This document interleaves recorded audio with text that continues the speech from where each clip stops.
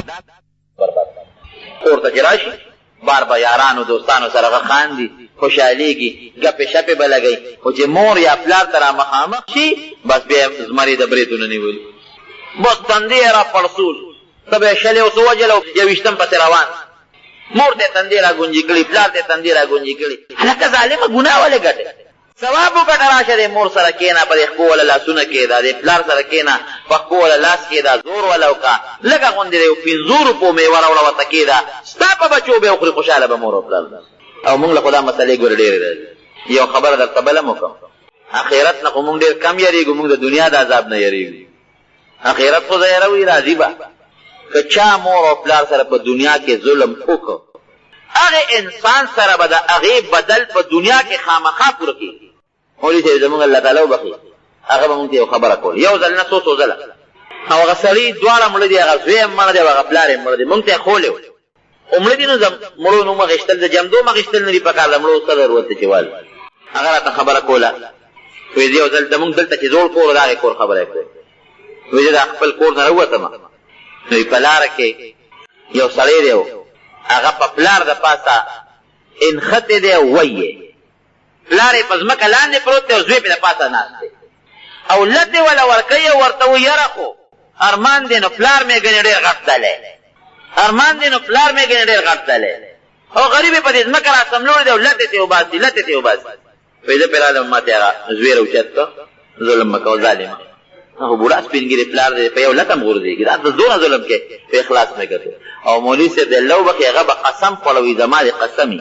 چې یو وخت بیا دقسې د کوره راووتم دغه سړی چې د خپل پلار یې را پرزول لتې ورکولې وایي هغه لاندې پروت دی او زوی پرې د پاسه ناست دی هم په حقه دی چې په کوم ځای دی مالي دی د ده زوی د ده د پاسه پروت دی او لتې ورکوي او مکه الفاظ ورته وایي چېرې ارمان دی نو پلار مې ګنې ډېر غټ دلی وایي ما دې دا زوی اوچت کړ او مې را پاسه وایي ما ورته چې یاد دي چې فلان کې نن ته دلته زوی را پرزولې لتې درکوي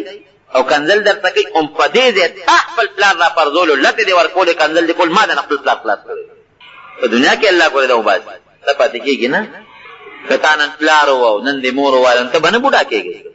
دور به در باندې راشي زامن به در باندې بیا لوبې وکړي ته په خپل پلار کې په تا به بیا خپل بچي کوي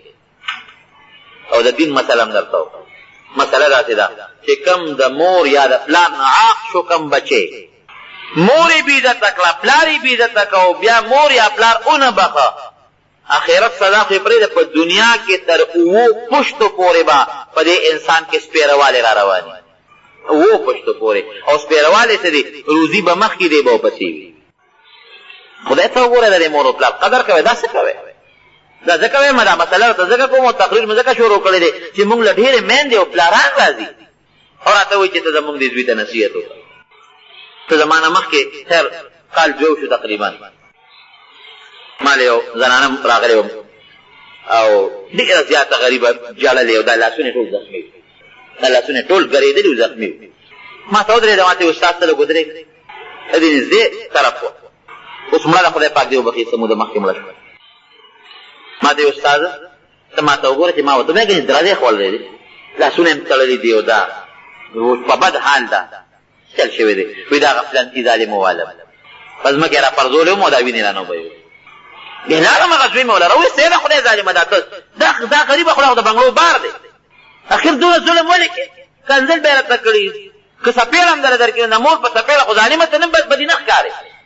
که مور دوه خبرې درته وکړي نو بدبخته به دې پرې نه ښکاري دا څه کوي داسې بوډاګان پلاران والا راغلي دي یقین وکړه چې بچو پې لاسونه مات کړي دي ګوتې والا ماتې کړي په خپله بدماشي کې او خپله خرمستي کې خو دا دور در باندې ګورې را روان تا نه به هم بوډا جوړېږي جامې به دې کلبېږي ملا به دې ټیټېږي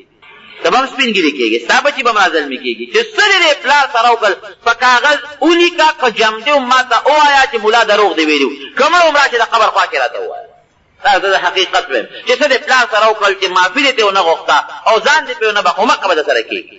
چې څه دې مور سره وکړل او ته معافي دې ترې ونه غوښته او ویې نه بخلې همقه به در سره کېږي کوم چې تا کړي یعنې تاسو د دې علاقې یې که نه تورنګزویه ده عمرزویه ده معیاري خلک یې ځای وګورئ چا چې کړي دي تاسو نه تپوس کوم هغوی سره واپس همغسې شوي دی او که نه دي شوي ژوند یې د ذلت تېر شوی دی او اوس هم د ذلت ژوند تېر کېږي نو مور او پلار سره به ښه سلوک کوې هغې خو په تا قرآن حکیم کې الله فرمایي اما يبلغن عندك الكبر احدهما او كلاهما فلا تقل لهما اف ولا تنهرهما وقل لهما قولا كريما واخفض لهما جناح الذل من الرحمه وقل رب ارحمهما كما ربياني صغيرا. ور الله اصل وی بادشاہ دی وی د وګوته چیتا د عزت او د کمزورتیا او د ښکارا کا او الله نه ولا سوالو کا قل رب ارحمهما یا الله زما پر مور او پر پلار رحم وکا دعا ولو کما ربیانی صغیرا. یو وخت د ماشوم دی به ما رحم کړي زما تربیت کړي الله ته رحم او بیا د مور حق د پلار په نسبت ګور ډیر زیات دی. ماشوم چې د مور پر ګډه ګرځي بیا د ولادت او د پیدایش تکلیف دا موږ او تاسو داسې لوی راغلي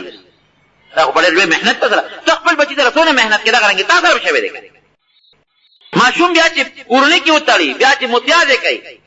اوله پاکي ریو د اسماته ولا پاکي جامې وته بدلي خوشبوئی په پوره کوي بیا چې جاړي مور سره سونه کړيږي. اکثر رشبه چې ماشوم په جړا شي نو مورې مې پلارې می حق د مور زیات دی د پلار ګورې کم دی ولې سختي په غیر یې تیریږي چې دا ماشوم په جړا شي کنه نو اکثر پلار په غوبل شي او خځه ته چغې جوړه کی دا ماشوم قلار کا کنه موږ په خوب وېست دې په قص جړای چې تاسو په خوب وباس خو چې د خوب سنگ تو دي اندارنګ مور د خوب وځي کنه هغه په قص په جړا شي څنګه خوب وته غم د خوب وته متیاز کیو کې نو پلار هغه متیاز له ګوت نه هغه مور په غلاتونو پاتې نو حق د مور زیات شو. الجنة تحت اقدام الامهات نبی علیہ السلام فرمای جنت ته دې میندو د قدمونو لاندې دي مور قدمونه خپل وا خدمت یې کوي الله به د جنت سره. عبدالرحمن الصفوری رحمت الله علیه لوی بزرگ تیر شوی دی یو ځل دې چې ماسخوتن براغې نو مور له په خپل چاپی کوله یو ځل دی وی چې مور له په خپل چاپی کوله دا حدیث برا مخکې شو چې جنت د میندو د قدمونو لاندې دي. نو دا حدیث دا مقصد نه لري چې د مور قدم اوچت کړي اعلان د جنت دی هغه دا مطلب دی چې د مور خدمت وکا او د خپل خدمت ولا وکا الله به جنت درکړي دا د جنت ذریعہ ده. وی ما وی چې راشه د حدیث پر ظاهر باندې عمل وکړه وی چې شوم ته دا ګیره مې راواغسته د مور راخپې مې په صفا کړ راشه د مور راخپې په خپل ګیره پاک چې شپه تیر شو سار وخت دی راغی طالبانو ته به درس کو یو طالب ولا راغی وی چې استاد ما خو بیګا ته په خوب تولې دی خپل مې لیدې وی وای څنګه دی لیدې وی بیګا مې تلې دی په خوب کې یو خشته مزیدار باغ شین قسم قسم میوې دی پي او ته پکې روانه خوشاله استاد په خوب کې مدا سي ولې چې ستا په دې ګیره کې یاقوت دي مرجان دي ملغلر دي او راغان دي ټول ګیره راغې نه ډکه او ډېر خشته ښکاری وای ما ته چې خوب دي بالکل ټیک ده. نبی علیہ السلام فرمایي جنت دا میندو د قدمونو لاندې لري نو زه خپل مور خدمت کوم ارما سوتن ولا چاپی کوم تا چې کوم باغ کې زولیدم دا د جنت باغ دی مال به الله جنت راکړي. استاد دې ګیره کې چې دا ملغلر او دا خشته خشته علا یاقوت او دا هیره جواهرات او دا برېښنا دي دا څه شو پیدا ما بیګا د حدیث په ظاهر عمل کړی ما د مور د خپې په خپل ګیره سندري دی پاکړی مې دي دا د مور د خپو هغه دوی وی چې رب العالمین تا ته د ملغلرو او د خشته خشته یاقوت او د مرجانو په شکل کې وخول د مور خدمت کوي ګوره کله چا مور جم دی وي کله چا پلار جم دی وي خدمت ولا کوي لکه مونږ شي ولا راوړای وته کینه ما څوتن وسره کینه غب شپ وسره لګوي او کس ستغه سپورې کنزل بدر درته وینو کمزور دی بیمار دی مرته وی کنه لاس کمزوري کیږي خپې کمزوري کیږي وګونه کمزوري کیږي دارنګ دماغ هم کمزوري کیږي دا بچی خو دا زمونږ استاد خو چې خو د مور او د پلار له برکت د مور ظاهري تربیت مور کړی او د بار تربیت را پلار کړی حلال او حرام نه ګوري دی بچو لري پیدا یا خیر خپل خواري خو بچی خوشاله هغه پلار او دغه مور چې بیا بډاګان شي بیا دغه عزت او دغه حیا غشتل بدل زمون کما بیا پلار سره مې خو مزدور وي پلار سره پناز په قسم نه ګوره دا د بچی ته پلار سره پناز شرمېږي ته پلار په عزت بیا خپکیږي یارانو دوستانو سره خپل غب شپ او کور کې د مور سره پلار سره جګړه کول والو ټکو او کله چا مور او پلار مړي نو قبر لازم قبر لتل د شریعت مطابق بالکل ثابت دی بلکې د پیغمبر علیه السلام سنت نبی کریم صلی الله علیه وسلم با شرعي طریقې سره ورې خلاف شریعت نه د مدینه منورې مقبره ته وته د مور قبر لزا د پلار قبر لزا ال د دعا ورته کوا تلاوت کول هغه ثواب ورته بخا اخرت باندې را یادېږي د مور او پلار هغه خبره تر یادېږي چې ورله قبر لاله شي دعا به ته زیاته کې او کله سره ثبت کړی نو باغی بس نو مان شي. حدیث پاک کې راځي په بخاری شریف کې حدیث دی فرض قصه نه ده. نبی علیہ السلام فرمایي بني اسرائیل کې یو سړی جوریج د هغه نوم و جوریج او ډېر لوی بزرګ او یو ځنګل کې اوسېده او ځان له یو جونګړه جوړه کړې وه او لګیا و د الله تعالی عبادت به یې کوو. دې ته رهبانیت وایي. په مخکنو امتونو کې دا جایز و، زمونږ په امت کې دا منع. زمونږ په امت کې اوس که یو سړی چې دا غار ته لاړ یا یو ځنګل ته لاړ یو جونګړه کې یا په یو غار کې دیره شو او د الله عبادت کوي، نو دا ښه خبره نه ده. زمونږ د پیغمبر علیه السلام دا طریقه ده چې دی به خپل کلي کې اوسېږي، که بانډۍ کې ښاري واده به کوي چې وس یې رسېږي او جمع مانځله به جومات ته راځي. په جونګړو کې او په ځنګلونو کې او په غارونو کې به نه اوسېږي. خیر د هغوی شریعت و، په جونګړه کې اوسېده او لګیا و د الله تعالی عبادت به یې کو، لږه ډوډۍ به یې خوړه. چا ورته شرارت او شیطانې جوړ کړ. هر قسمه خلک په دنیا کې وي، د نیکانو دشمنان هره زمانه کې شته. شیطانت یې ورته جوړ کو. یو شپونکی وه، هغې به ګډې چیلې په هغه ځنګل کې سرولی، هغې چې ته څه بدکاري کړې وه او د هغې نه ماشوم پیدا شو. خو واده نه وه، نو خلکو په الزام ولګو چې دا ماشوم د کومې دی. وایي دا د هغه زبر چې دا په جونګړه کې ناست دی او د الله عبادت کوي که نه، دا د دغې زبر برکت. الزام یې پرې ولګو. راغی خلک وله رالل، وایي چې ته دلته کې چې په دې جونګړه کې دیره ډېره دیره مونږ خو چې ته نیک سړی بزرګ یې، مونږ له دعاګانو له راځو چې مونږ له دعاګانې غواړه او زمونږ ته خو ته ډېر نیک سړی ښکارېده. میانځ کې دی دا دی، دې لپاره ته باید جونګړه کې دیره چې زمونږ لوڼه او زمونږ خویندې به دلته کې څاروي سړی او ته به ورسره بدکارۍ کوې او دا الزام پرې ولې ولګوې. نبي کریم صلی الله علیه وسلم فرمایي چې یو ځل هدې جوریج مور وه او ورته یې اواز وکړه جوریجه دلته راشه. دی په مانځه ولاړو، نفل مونځ یې کړ. نو دی په دې مانځه کې ولاړو، سلام یې وګرځو. یاره وي مور نه ورشم او که د الله مونځ وکړم، زه وایي د الله دا مونځ به وکړم. نو په بیا یې نفل نیت وتړه. نو مور ورته بیا اواز وکړ ای جوریجه راشه که نه. نو دی بیا چې سلام یې وګرځو، یاره چې مور نه ورشم او که د خدای دا مونځ وکړم، راشه وایي د الله دا مونځ به وکړم، مور به خپل کار کوي. نو بیا نیت وتړه. نو مور ورته بیا اواز وکړ ای جوریجه تا ته ویم که نه ماله راشه. نو چې بیا سلام وګرځو، نو یاره اوس د خدای نه مونځ وکړم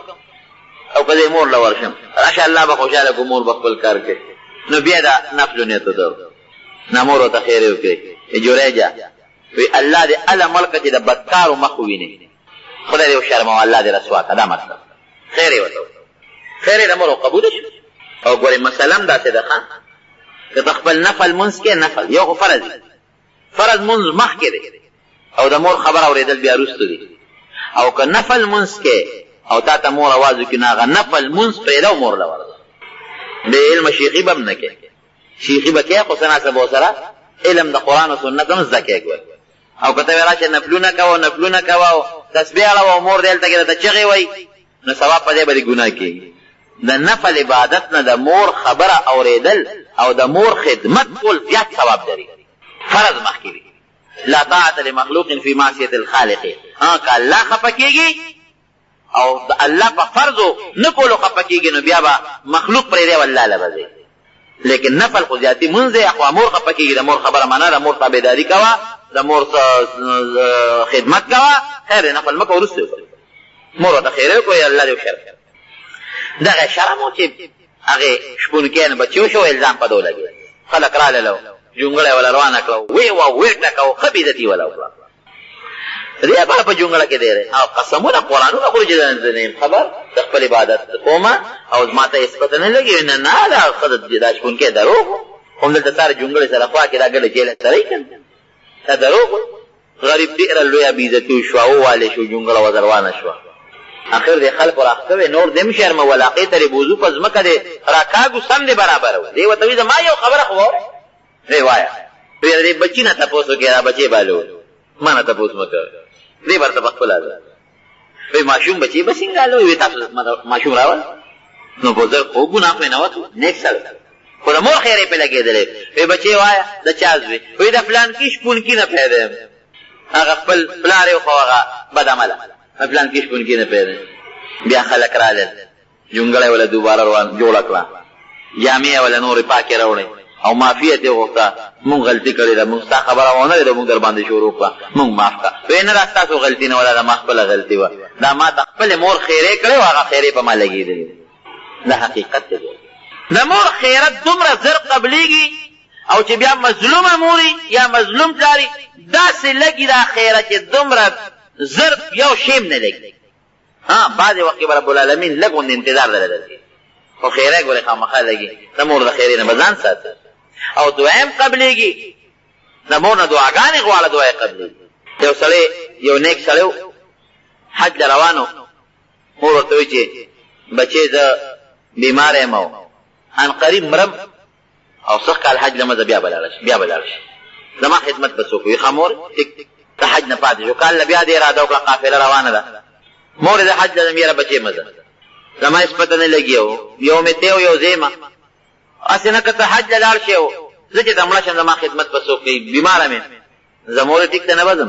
په درېیم کال بیا روان شو حج له ځي دا مور ورته بیا وایي بچې حج له مزه ناجوړی یم اوس زما د خدمت څوک نشته ته به مې خدمت وکړي او که مړه شم نو مورې ته به نه مرې نو زه به حج له نه ځم. ګوره بې علمه شیخ شو که حالانکې حج واجب دی خو زمونږ بعضې علماوي خیر دی حالت تراخي که فوري یو کال ونه کې ښه دا دي چې در باندې فرض شو زر یې کوه ځکه د ژوند او د مرګ پته نه لګي. لیکن که داسې ستا مور و ستا پلار او ستا خدمت ته محتاج دی بل څوک یې نشته نو خیر دی رسلو حج وکړه د وېکت ته به نه مرې او زه به حج نه کوم دا مو خپل کار کوه. را روان مور ورته وایي ښه ما زه خو داسې پرېښودم خو الله دې رسوا کړه. په قافله کې را روان دی هغه پیاده قافلې به وي یو علاقې کې هغه قافلې والا په غاړه باندې خیمې خښې کړې وي او دو څلور ورځې په یو ځای کې ایثار و چې پلانکې ورځ به مونږ روانېږو بیا به سفر شروع کوو. دی راغلی دی ښار ته چې کوم ځای خیمې خښې کړې وې هغې سره خوا کې چې کوم ښار و غټ کلی ولته راغلی دی ځان له څه اخېستل خرڅول به وکړي. جومات ته راغلی دلته کې لمونځ کوي. دغه ځای کې په دې ښار کې چې ته غلا کړې ده چې غلا کړې ده خلک ورپسې شوي دي هغه غل په منډه جومات ته ننوتی دی چې جومات ته ننوتی دی خلک ورپسې جومات ته ننوتی دي. دا غل په دې جومات کې په دې ډله کې د خلکو نه غیب شوی دی ګڼه خو ډېره وه هغې راغلي دي اوس دې په مانځه ولاړ او دې اکلک د مټه نیولې دی هغې پې دا ګمان وکړو چې دا غل هم دی دې د مټه نیولې دی ښه اوس دې غلا وکړه زمونږ نه جومات ته راوتښتېدو دلته کې منځونه کې ته چې سلام وګرځوې زه غل نه یم زه مسافر یم حج له روان یم قافله مې هلته کې ده او دې ښار ته رالم دلته کې خپل منځ کوم نفل کوم نه ناوز مونږ ولیدې چې تا غلا وکړه بس هغې پې تېروتل خطا شو دا د باندې ګوان دی یو وي زما مخکې د غلا وکړه بل وي زما مخکې د وکړه بل وي او غل چې زمونږ خلک ووینو که نه او راګیرې دي بیا د هغه خبره ته څوک غوږ نږدي خو بس نه راغلی چې څپېړه دې وویل دې ورته را توبې وباسي چې صاحبه زه نه یم خبر زه په مانځه هغې وایي نه زمونږ د باندې ګوان دي مال دې بل ملګري له ورکړه هغې وتښتاو او ته دلته په مانځه باندې ودرېدې منځونه کې راګیرې که ښې وو او قاضي له یې بوت چې د ښار قاضي له یې بوت دوه کسان پې ګواهان شو وایي صاحب مونږ پې ګوایي کړو زمونږ مخکې دې سړي غلا وکړه د پلانکي سړي نه او غلی خپل ملګري را ورکړه جومات ته وتښتې په مانځه ودرېد دی وایي صاحب ما نه ده کړې ګوان دي در باندې حکم یې پې وکړې لاس دې پرې کړې اسلامي حکومت لاس دې پرې کړې او دا لاس وله بیا غاړې ته واچوې او په خر باندې سور کې او مخ وله تور کې او په دې ښار کې چغې ووهې چې څوک غلا کوي نو دغه به یې سزا وي هسې غل لکه مونږ دا سزا ورکړه تا اوس څه خیال دی څوک به غلا بیا وکړي ختم به امریکا وایي دا وایي لاس پرې کول او سر قلم کول وایي دا ظلم دی ظلم دا انصاف یو به سزاوار کې سل به بچ کې معاشره کې به امن راولي سکون به راشي نو چې لاس یې د سینګ پرې کړ او په هغه لاس تېل مې وله واړه چې دا وینه یې بنده شي نو په خر باندې سور کړ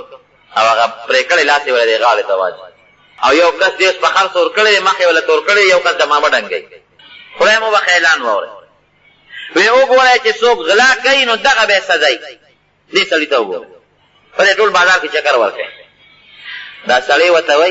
وی مال هم د یو چغې موقع راکړي لاس خو مرانه پرې که ظلم خو مرا سره وکړو اوس مال هم یو موقع راکړي زه مه یې اواز کوم خلکو ویل پرې چې دا غل څه وی نو د چغه وواله وی څوک چې د مور د اجازت نه بغیر حج ځي نو دغه به یې سزا وي څوک چې د مور وړه خفه کوي مور داسې پرېږدي او د هغه د اجازت نه بغیر حج ځي نو دغه به یې سزا وي چې خلکو وروستو تحقیق وکړه او واقعي مونږ خو زیاتې شوي خو لاس اوس پرې شوی دی نو د مور د اجازت نه بغیر یو کار به هم نه کوي مور به رضا ساتي مور به خوشحاله ساتي ژوند به په خوشحالي وي ټیک ده که ظاهر کې څه سختي تکلیف در باندې تېر شي خو انشاءالله دنیا به دې هم ښې آخرت به دې انشاءالله د دې نه هم زیات حضرت موسی علیه السلام یو ځل د الله نه تپوس الله سره به یې دا نیاز کو ناراض خبرې به یې کول وی رب العالمین په جنت کې دا خلک په دنیا کې یو بل سره چې دا کومې دوستانې دي دا به جنت کې مې وي وی زما جنت کې ملګری به څوک وي؟ موسی علیه السلام خو ډېر امتیان ډېر شاګردان، زما په دې شاګردانو کې زما په دې امتیانو کې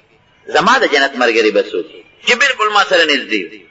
الله ورته وایي چې موسی ستا د جنت ملګری په فلانکي علاقه کې فلانکي کلي کې فلانکي نوم یو قصاب، هغه قصاب به ستا د جنت ملګری. وی الله اجازت راکړه چې زه د جنت د ملګري ملاقات وکړم. لاړ شم. وی لاړ شم. دی چې څنګه راغی د هغه کلي تپوس یې وکړو په هغه پوښتنه باندې هغه کلي ته راغی او هلته کې د قصاب تپوس وکړو چا ورته وایي هغه مخامخ په تخت کې ناست دی دغه قصاب به ستا د جنت ملګری. موسی علیه السلام راغی پیغمبر ورته ودرېږه، قصاب لګیا د خپلې غوښې خرڅوي.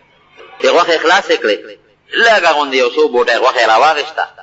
او هغه په یو رومال کې بنده کړه او هغه خپل چړې مړې یې دوکان کې بندې کړې، دروازه یې جرنده کړه، روان شو. موسی علیه السلام ورغی، وروره یو تپوس درنه کوم ستا پلانکي نوم دی ویې وی زه مېلمه ما به ځان سره بوځي چې شپه در سره وکړم. ډېره خبره ده. ځان سره یې کور ته بوت. چې بوی ته موسی علیه السلام وایي چې دې سړي کور ته ځان نه کړم، نه دې ما تپوس کړو نه ما نه تپوس کوي. وی ما ته وایي چې مسافره ملګریه دلته کښېنه او زه لږ زما څه کار دی هغې نه اوزګار شم نو بیا به سره ګپې شپې هم لګو، ډوډۍ به مو خورو، اوده به شي. وی زه ورته کښېناستم، دې لاړه وه غوښه یې ووینځله وړه وړه یې کړه او هغې بیا یو کټوۍ کې واچوله او اور یې ورته بل. وی یو زانګو اویزان ده و هغې کې یو انسان پروت دی. دې ورغې اوبې ګرمې کړې او هغه انسان یې د هغه زانګو نه راتوس کړه او په هغه ګرمه اوبو باندې هغه ولامبه مکمل یې صفا او بیا خشته ښکلې پاکې جامې راواغوستې هغه انسان ته یې واچولې او خوشبویي راواغېسته هغه یې پرې پورې کړه، ښکلې صفا سوتره یې کړه او بیا په غېږ کې چته کړه او په هغه زانګو کې سمدل بالښت یې ورته مزېدار واچوه. بیا راغې هغه ښوروا یې راواغېسته، هغه غوښه خوټ کېدلې وه، ښوروا پخه شوې وه، په قاشوغه باندې لږه لږه راواغېسته او هغه انسان ته په خوله کې داسې لږه لږه اچوي او لګیا د هغه خولې باندې هغه ښوروا ګوټي یې وتېری. وایي چې کله ده به لږه لږه راغېشتله او بیا ولې یخوله او په ډېر عزت باندې هغه انسان له په خوله کې اچوله چې هغه انسان مور شو داسې داسې او موسی علیه السلام وایي چې ما ورته کتل نو لاس یې اوچت کړل داسې او شونډې وړقولې. زه پوه شوم چې دې انسان دې سړي ته دعا وکړه.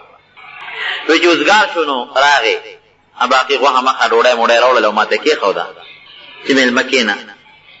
وایي ما دې تپوس وکړه چې نورې خبرې به وروسته کوو او قصابه ملګریه زه خو دې په ډېر لوی تعجب کې واچول دا انسان څوک دی او ستا نور څوک نشته؟ وی نه دا زما مور ده، یو زیم او یو مې دغه مور نه مې ښځه شته او نه مې بچي شته او دا مور مې بوډۍ ده کمزورې او زه دغه خدمت. دا خو ته واقعي د دې مور ډېر لوی خدمت دی. په سهار چې وځم مور مې د ځان د پاکولو نه لمونځې ووینځم او پاکې کړم، جامې ورته ښکلې بدلې کړم او هغه زړې جامې وله ووینځم کپړې واچوم او جامو نه پس وله خوشبویي پورې کړم او ښوروا پرې اوس کړم مړی کړم او چې کله ماښام د دوکان نه راشم نو بیا ته هغه جامې وباسم او وله ووینځم پاکې جامې ورته نورې واچوم خوشبویي پرې پورې کړم او مړی کړم. دغه زما د مور خدمت. وی یاره دا خدمت خو ته د مور کې خو دا مور دی لاس اوچت کړه او شونډې وړقولې داسې معلومېږي لکه چې دعا یې درته کړې خو ما خو ونه لیدل چې دا مور درته څه وایي. یاره وایي زما دا مور ده د دې غریبې بله دعا نه ده، زه صرف یوه دوا کوي همیشه چې دې پاکه کړم دقه یو دوا ماته کوي بس لاس اوچت کړي یو دعا راته کوي نه چې هغه دې څه وایي. وایي زما دا مور دا وایي چې بچیه الله یې د موسی پیغمبر سره په جنت کې ملګری کړي دقه یو دعا راته. بلې څه مور یې مخیاره وه مضبوطه ده یې ول راټینګه کړې چې د موسی پیغمبر سره جنت هم پکې راغی او د جنت ملګرتیا هم پکې راغله، د پیغمبر ملګرتیا هم د دوزخ نه بچ کېدل هم پکې راغلل. بل د موسی علیه السلام سره چې په جنت کې څوک ملګري شي د پیغمبر سره نو بس د آخرت دا لویه کامیابي ده.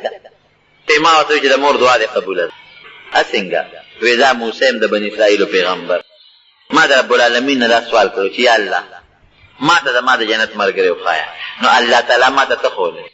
په فلانکي قصاب په فلانکي کلي کې ستا د جنت ملګری. الله فرمایي چې مور او پلار دواړو سره ښه سلوک به کوئ، ښېګړه به کوئ، احسان به کوئ، د هغې قدر به کوئ، هغې سره ظلم او زیاتې به نه کوئ. او بیا په خپله الله فرمایي که د مور او پلار کې یو کس بوډا شو یا دواړه بوډاګان شو مثلا نو چې سړی بوډا شي دماغ یې کمزوري شي مونږ ګورو که نه په دې زندګۍ کې چې سړی بوډا شي لاسونه یې رپي دا د کمزورتیا نښه ده، خپې یې رپي خوږېږي دا د خپو د کمزورتیا نښه ده غوږونه یې کمزوري شي کوڼ شي سترګې کمزوري شي چشمې ولګئ دارنګې مازغم کمزوري کېږي څنګه لاس کمزوري کېږي خپې کمزوري کېږي سترګې پوزه غوږونه ژبه ظاهري وجود دارنګې د انسان دماغ هم کمزوري کېږي نو که دا مور یا د پلار بوډاګان شو دماغ یې کمزوري شو او تا ته سستغه سپوره ووې د خولې نه ګډې وړې ووتلې نو فلا تقل لهما اف ولا تنهرهما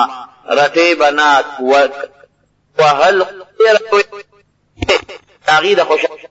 نبی کریم صلی الله علیه وسلم چې مونږ لکم د دین تعلیم را کړی دی که مونږ په هغې عمل وکړو تاسو یقین وساتئ په کور کې به ښکلی ژوند تېرېږي نه به مور خفئ نه به پلار خفئ نه بچې خفئ او که مونږ د پیغمبر علیه السلام د تعلیماتو نه خلاف ژوند تېروو ورونو مور به خفئ پلار به خفئ ته به هم خفئ خوشحاله ژوند به ستا هم نی نبی کریم صلی الله علیه وسلم د یو صحابي تپوس کړه بیمار و چې ورغې ورته نبی علیه السلام ودرېده نو د مسلمانۍ طریقه دا ده چې یو سړی بیمار او د مرګ په مرض کې مبتلی نو ته به د شهادت ته د کلمې تلقین ورته کې داسې به ورته اورئ چې اشهد ان لا اله الا الله واشهد ان محمدا عبده ورسوله یا اشهد ان محمدا رسول الله دا ورته به نه وی چې وایه دا به نه وی ورته دغه وخت کې خو په ده سخت تکلیف وي هسې نه د خولې نه انکار ونه کړي چې نه وی نه اوروه ورته دا شهادت دا کلمه ورته تېروه اوروه نو که ژبه د الله او د رسول د نوم سره په دنیا کې بلده خو او به ګرځي او که ژبه د الله او د رسول د نوم سره په دنیا کې بلده نی نو نه به ګرځي خو ته ورته اورو نه کوه دا عامه طریقه ده نبی علیه السلام د دغې طریقې مطابق ورته هغه که د شهادت کلمه لګیا دی اورئ خو د دې سړي ژبه پرې نه خوځي بلکل پیغمبر علیه السلام خو پوه شو او پیغمبر و د معجزې او د کشف خاوند و وی دې سړي نه څه غلطي شوې ده څه ګناه دې شوې ده لکه چې د نبي علیه السلام د مبارکې خولې نه ورته کلمه پیش کېږي د هغې خو ډېر تېز اثر دی او بیا هم هغه ژبه نه خوځوي نن یو ګناه شوې ده یو غلطي شوې ده تاسو له د مور راولئ معلومات دې کوو مور یې وله راوغوښته او ستا له دې بچي نه څه غلطي شوې ده څه زیاتې خو یې نه دی کړی زه ورته شهادت کلمه پیش کوم او دې په ژبه نه خوځئ وی د الله رسوله نور خو ډېر نیک سړی و مونځ او دس روجې ډېر عبادت ګزار خو یو ګناه ته شوې ده یوه او هغه دا ده چې زما زړی خفه کړی دی او ما ورته خپل حق نه دی بخلی زه دردولی یم د ښځې به یې خیال ساته د ښځې به یې قدر کوه او زما به یې بېزتي کوله د ښځې لپاره یې زه والی یم زه مې بېزتي کړې ده حالانکې دا ګوره ډېره لویه ګناه ده د ښځې خپل حق دی او د مور خپل حق دی د ښځې خپل حق دی د بچي خپل حق دی د پلار خپل حق دی داسې به قطعا نه کوې چې د ښځې د وجې نه د یو سړی مور وهي ټکی دی د ښځې د وجې نه د پلار ته کنځل کوي پلار ته د مور ته د کنځل کوي د مور او د بچو د سپکاوي کوي دا ډېر لویه ګناه ده کبیره ګناه ده چې کومه لویه ګناه ورته وایي د ښځې خپل حق شته د ښځې جامه په تا ده د ښځې کور په تا دی د ښځې ډوډۍ په تا ده د ښځې عزت په تا دی په کور کې د ښځې ښه ژوند تېرول دا هم په تا لازم دي دا کوشش به ته کوې لیکن اخوا د مور جامه هم په تا ده د پلار هم په تا را غریبانان دي مسکینان دي د کوم ځای نه راوړي که خپل مال وي بیا ټیک ته د مور او د پلار خپل مال یې نشته انت و مالک لابیک ته او ستا مال نبي علیه السلام فرمایي دا ستا د پلار دي که د پلار خپل مال نشته د مور خپل مال نشته ته ډوډۍ ته محتاجه دي ته ولې ډوډۍ به نه ورکوې سوال به کوي دغه مور او پلار د جامې ته محتاج دي ته نه ورکوې خیرات به غواړي د خلکو نه د هغې خپله کوټه نشته د کور نه بیا شړی پردی کور کې به اوسېږي که د مور او پلار به پردي خدمتونه کوي خلکو سره به اوسېږي دا خو ستا لپاره شرم او حیا ده بېحیایي ده نو د مور بیا که خپل مال وي ټیک ده پلار خپل مال وي بلکل خپل به کوي خپل مال نشته نو ستا مال د هغه مال دی ستا جامه د هغه جامه ده راوړې به وله هغې له به ډوډۍ ورکې کور به ورکې سکونت به ورکې عزت به ورکې د ښځې خپل حق او د مور پلار خپل حق بعضې خلک وي داسې د ښځې د وجې نه خونه یې وایي چې زما ډېره لوی هتک او ډېره لویه بېعزتي د کړې ده د ښځې دپاره او زه یې وهلی یم ما ته یې ډېرې سپکې ما نه دي بخلی نبي علیه السلام مبارک ته الله ډېر لوی رحم ورکړی په دې زړه کې وې دې وبخه زه درته یم چې وې بخه د الله رسوله که حکم کې خو بېله خبره ده او که سفارش کې نو نه قبلوم دا سفارش قبلول په چا لازم نه چې خامخا دې قبول خو یو سړي ته سفارش ورکړه خوښه د هغه ده که مني او که نه مني د الله رسوله زه یې ډېر زیات خفه کړی ما بس زما زړه نه غواړي چې د دې وبخه وی ګوره که ته یې ونه بخې او ستا دا بچې مړ شي نو جهنم ته به ځي اور کې به سوځېږي نو ګوره ستا بچې دی مسلمان دی زما ملګری دی وی بخه وی دی په اور وسوځي خو نه بخه ما زړه سوځولی په دنیا کې دی د ښځې دپاره والیم که نه ما بېعزتي کړې ده که قطعا نه بخه حضور پاک مبارک ډېر زیات عقلمند ډېر هوښیار شخص وی ورشه خشاک راوړی لرګي راوړه لرګي را جمع کړه وی اور راوړه چې ورته بل کړي امور راله د الله رسول به دې څه کوي وی دا خشاک ګرمومه دا بلومه او ستا دا زوی سوځوم وی ولې سوځې ګوره مور بیا موري که نه ولې سوځې وی چې ته نه بخې خپل حق ورته نه بخې او ستا سره زیاتې کړی دی او ته نه معاف کې او ده نه سوخېږي نو اوس د اور غرغنډوله روان دی نو کم اور له چې روان دی د الله اور دی هغې نه هغه ډېر سخت اور دی او سخت عذاب دی ډېر ګران که سزا میلاویږي دنیا کې لږه راته ښې معمولي غوندې په دې اور سوځومه چې هغه لږ غوندې ووینې هغه سزا چې وروسته ده ته میلاویږي خو ډېره سخته ده خو چې ته په دې سترګو لږه ووینې چې دا غرغنډې لګي ووینې چې تا ته پته ولګي چې دې نه پس زما دا بچي د دې نه خطرناک اور ته روان او ستا د وجې نه روان دې نه بخې ته نه معاف کړې وی ښه د الله رسوله زما دا بچي به په اور سوځېږي وی یو مې بخه ما ورته خپل حق معاف کړه ما وبخه ګوره مور دې ته زه اکثر دا خبره کوم او تاسو هم ټول په دې موقع ناست چې که دروغ ویم راته ووایئ که یو سړی پلار ډېر هم خفه ډېر زیات او دې هسې مور چې د پلار په دې غېږ کې دا سر کېږدي ورته کښېني چې بابا ما معاف کړه نو ستاسو نه تپوس کوم معاف به یې کړو که به یې نه کړي په ټکې که مور یې ډېر هم جړولي او ډېر بد ردې مور ته ویلي او ډېر هم خفه کړي خو چې دا بچې ورغی او صرف د 1 روپۍ یوه کیله یې وله راوړه یو کیله په 1 روپۍ چې کومه کېږي خرابه کیله او په دې دا دغې ته یې وله پوستکې لرې کړه بیبې زه معافي غواړم دا مې دله راوړه هغه کیله به ته هغه مور والي د دې زوی په بچو به یې ګورې وخوري په خپله به یې هم نه خوري او په اسات به یې معاف کړي مونږ له ډېر خلک راشي که نه پلار رانه خفه دي را سره رضا کړه مور رانه خفه ده را سره رضا کړه مونږ ویل که په خپله نه ډېر خفه دي نو چې مونږ پکې زور ازو نه رضا کېږي زه ورته اکثر یم دا چل دی تر 1000 زرې بوځم نو چې دی بوځم او د مور دې غېږ ته ور مخامخ که مور ورته په جلا چې وي زه استاد بغلی دی پلار ته خفه یي که مونږ په جرګې پکې کوو نه یې معاف کوي خو چې دا زوی وله راول چې لکه اسانه قصه در سره کوو مه جرګه راوله مه مولا راوله مه میا راوله مه بل راوله مه بل ته په خپله ورشه او دې پلار ته د کټ په لنګه کښېنه په دې خپو ورته لاس کښېده په دې کونډو بابا ما نه غلطي شوې ده ما یوه باره ورسره مه وه دلایل ورسره مه وه چې نه ما دا چل کړی تا دا چل کړی نه بس ما نه غلطي شوې ده ما معاف کړه ته ګوره چې معاف کړي دي که نه یې معاف کړي چې پوهېدو خوا کې ورسره کښېنو یاره دا دې زوی دی اوس خوښه دې خپله ده او ورته لږ غوندې لاس په دې خپو کښېږدي پلار ورته په جلا شي بچې ما معاف کړی چې راځه چې صاحب دا رښتیا یم که دروغ وایم حقیقت خبره د پښتانه وایي د مور زړه په بچي او د بچي زړه په چا په کاڼ دا حقیقت دی ګوره د پښتنو دا بعضې خبرې ګورې د کاڼي کرښه ده ډېره مور او پلار خفه که ورشه کښېنه ورته په اسات دی بس او دا خو بوډاګان دي سپین ګیري دي سپین سرې مور ده کمزورې ده ستا خدمت ته محتاجه ده قسم دی چې یو دعا درته کوي دا ستا لپاره لوی غنیمت دی نو چې څنګه ما بچې بخلې چې په اور سوځي او ما معاف کړې نو د بچي په خولې باندې د شهادت کلمه راله اشهد ان لا اله الا الله واشهد ان محمدا عبده ورسوله او په هغه ساعت د سوخته لاړ وفات نبی علیه السلام مبارک خوشحاله شو الحمدلله چې زه رالم مور دا بچی وبخو دا د مور د بخښنې د وجې نه رب العالمین د جهنم نه بچ کړو جنت ته لاړ رب العالمین په دغه صورت کې په دغه آیاتونو کې د دوه حقونو ذکر کړی یو حق د خپل او بل حق د مور او د پلار موږ مسلمانانو له پکار دی چې د رب العالمین د دغې حقونو پوره خیال وساتو که د چا مور او پلار مړي الله دې مغفرت نصیب کړي او که د چا مور او پلار ژوندي وي رب العالمین دې موږ له د هغې د صحیح خدمت کولو توفیق را نصیب وایي زما نوم عبدالرشید دی او خلک ما ته رشید وایي دا څنګه خبره ده نو اسلامي طریقه خو دا ده چې پوره نوم به چاته اخلي پوره نوم عبدالرشید د چا نوم دی عبدالرشید به ورته اخلي محمد خان د چا نوم دی محمد خان نوم به ورته اخلي عبدالرحمن د چا نوم دی نو عبدالرحمن به ورته اخلي نوم روانولو کې یا نوم نیمګړی کولو کې دا ښه خبره نه ده بلکې بعضې نوم چې روان شي نو هغې کې ګناه هم شته او که دا د څوک رشید وایي نو رشید نوم اخیستل ګناه هم نه ده ځکه رشید هغه چاته وي چې په نیغه لار روان نو نوم خو دې نیمګړی شو خو بهر کې ښه دا دی چې عبدالرشید درته ووایي خو که څوک هسې رشید درته وایي نو د نوم معنا غلطه نه ده معنی ټیک ده د جمعې د دویم اذان جواب د دې دویم اذان جواب په خولې ظاهر کې مه کوه زړه کې کاسې څوک سړي تلفظ راولي نو ښه خبره د دوو اخترونو منځ کې چې څوک واده کوي دا خبره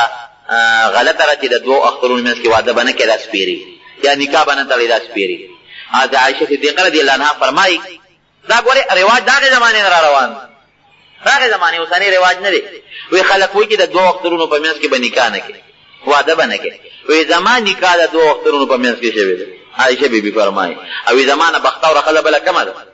که دا سپېره وي نو بیا به زه بختوره نه وي وایي زما نه زیاته بختوره ښځه بله نشته او په خاوند زما نه زیاته ګرانه ښځه هم بله نشته نو دا رواج صحابه ختم کړی او مونږ یې نه ختم د اخترونو په منځ کې نکاح هم کولی شي د اخترونو په منځ کې واده هم کولی شي او دا د پیغمبر علیه السلام سنت هم دي د عایشې بیبي سره داسې شوي دي د واده پکې د دوو ښځو بدلون ګوره د دوو ښځو بدلون که داسې یو سړی وکړي چې یو کس د یو کس خور په نکاح والي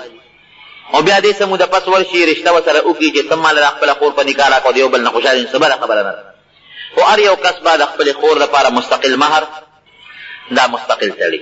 او که په دې طریقې چې ته به ماله خور راکړې زه تاله خور درکړم زه تاله هله به خور درکوم چې ته ماله دا خور درکړم یا تاله هله لو درکوم چې ته ماله راکړې ګنې نه درکوم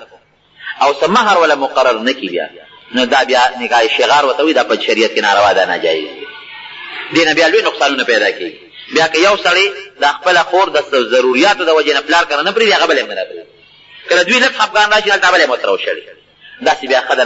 ناجایزه ده په دې شرط چې زما دا خور به ستا ده خور بدلي ستا ده به زما ده خو زه هله در کوم چې ته راکړې تا هله راکړې چې زه در کوم دا ښه خبره نه ده او که هسې د زړه په خوشحالۍ باندې یو کس د یو خور په نکاح والي او بیا بل د بل خور په نکاح والي پوره شرعي چې کوم مهر دی هغه وله مقرر کړي دا خیر دی ما سره نقد روپۍ دي 1000 روپۍ دي په 1000 روپو او سره درم دي که 1000 روپۍ در سره دي او سره درم در سره دي نو بیا د هغه سرو زرو قیمت به ولګې هغه قیمت به یې د 1000 روپو سره جمع کړې د زکات به یې ورکړې 40 روپو کې 1 روپۍ په دې حساب باندې دا د ملګري تپوس کړی دی او ښه تپوس یې کړی دی دی وایي چې ماله خلک د چنده را جمع کوي لکه یو کس ته خلک د جومات چنده را جمع کوي دې لپاره جمع کوي چې د جومات بل هم ته ورکړی شي او د امام تنخوا هم ته ورکړی شي نو وایي هغه تنخوا وغیره د یکم تاریخ باندې ورکول پکاري او خلک چې پیسې را جمع کوي نو عموما هغه په نهم یا په لسم یا په اتم تاریخ را جمع کوي مقصد د دا دی چې زه د خپل جیب نه د جومات هغه بل داخل کم یا د خپل جیب نه د امام هغه تنخوا ورکم او بیا خلک ما ته هغه پیسې را جمع کړي نو په هغې عوض کې هغه پیسې بیا د خلکو هغه د خپل ځان ته حساب کړم دا جایز دی او که جایز نه دی ښه خبره خو دا ده ښه چې هغه پیسې چې خلکو دته را جمع کړي دي هغه پیسې دې په امام له په تنخوا کې ورکړي او په بل کې ورکړي خو که داسې نه کېږي لکه د امام تنخوا په یکم تاریخ ورکول پکاري یا بل په یکم تاریخ جمع کول پکاري او د لا پیسې را جمع شوي نه دي د په نهم او په اتم او په لسم را جمع کېږي نو دې د قوم سره د قوم نه د اجازت والي چې وروره تاسو پیسې ما ته وروسته را رسي او زه خپلې پیسې په بل کې ورکوم زه خپلې پیسې د امام په تنخوا کې ورکوم ستاسو هغه پیسې به بیا ما ته پاتې کېږي نو د هغه قوم نه دې اجازت والي نو بیا که داسې کوي نو خیر دی بیا په دې کې څه ګناه نشته ده چې مثلا 1000 روپۍ د امام تنخوا ورکړه په یکم تاریخ او بیا په نهم لسم ورته خلکو زر را جمع کړې هغه د شوې د هغې په عوض کې دغه مثال په طور بل داخل کې 1000 روپۍ او په یکم تاریخ باندې مثلا او بیا قوم دله په نهم یا په لسم باندې 1000 روپۍ را جمع کړې په هغې عوض کې هغه رده شوې څه زیاتې کمې پکې نه راځي خیر دی خو هغه پیسې چې د خپلې ولګولې د هغې په عوض کې هغه د قوم پیسې دی بیا جیب کې اچوي همغه امره چې څومره د لګولې دي دا خیر دی خو ښه خبره په دې کې دا ده چې د قوم نه د دې خبرې اجازت خو غواړي دا پکار دی داسې